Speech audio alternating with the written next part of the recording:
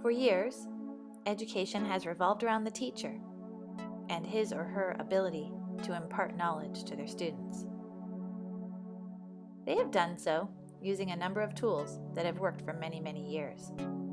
Paper, notebooks, books, libraries and classrooms filled with endless volumes of information.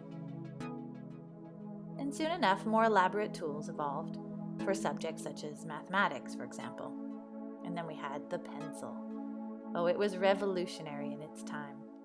And of course, it's still used today, alongside other similar tools, such as the chalkboard. These tools, altogether, they make up the tradition of our profession. But there is just one problem. These tools, although they can still be effective, are not holding all of our students' attention anymore. Our students are distracted.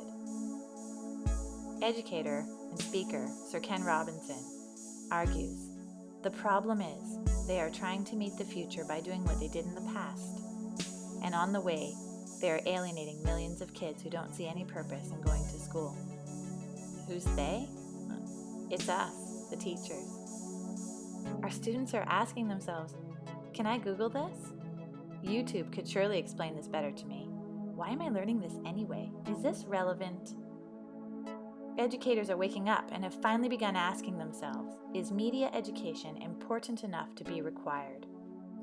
Our teacher toolbox already includes email, PowerPoint, YouTube, or its counterpart, TeacherTube, and countless grading, curriculum, and attendance software programs, which make our job a bit easier. But media has to become more than this. Sherry Turkle, MIT professor who studies human technology interaction, puts forward that technologies are never just tools. They are evocative objects. They cause us to see ourselves and our world differently. All we have to do to see the truth of this statement is look around our schools. Our students are showing us this every day through their use of social media. They share their thoughts, their hopes, and dreams with their peers so easily through the use of Facebook and Twitter. They're linked in to communities of like-minded people around the world. They share their lives on YouTube, instantly sending it out to thousands of users.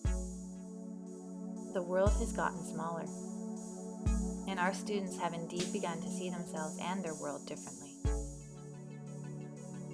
A rapidly expanding system of networks, collectively known as the Internet, links millions of people together in new spaces that are changing the way we think, the form of our communities, our very identities. It challenges what we've traditionally called identity.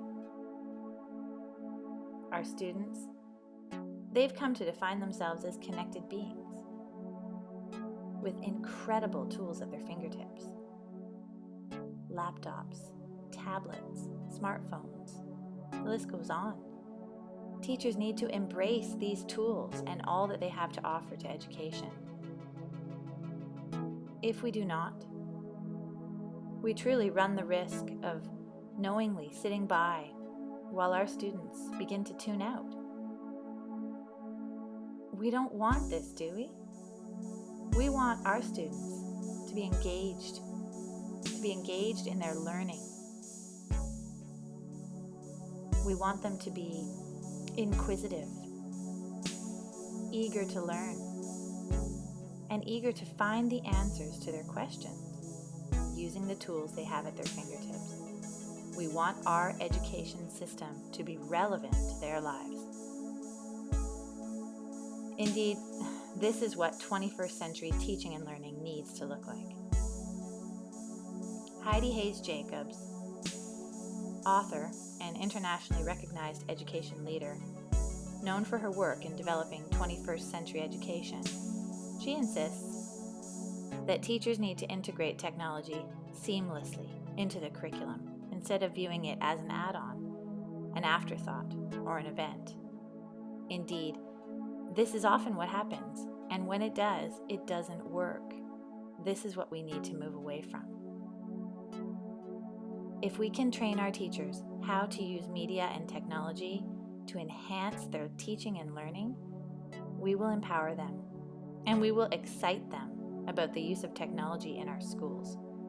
We need to involve them in this change. This will allow us to realize that which is being asked of us, to deliver personalized education to our students.